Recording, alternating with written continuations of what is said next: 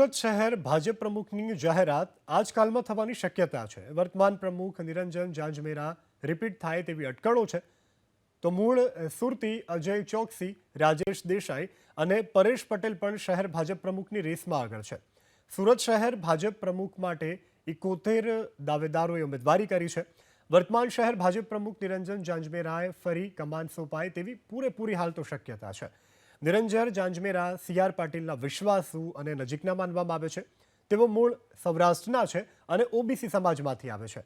તેમણે કોઈ વિવાદ વગર પાર્ટી લાઇનનું ચુસ્ત પાલન પણ કર્યું છે। તેમના કાર્યકાળમાં ચૂંટણીઓમાં ભાજપે સારો દેખાવ પણ કર્યો છે।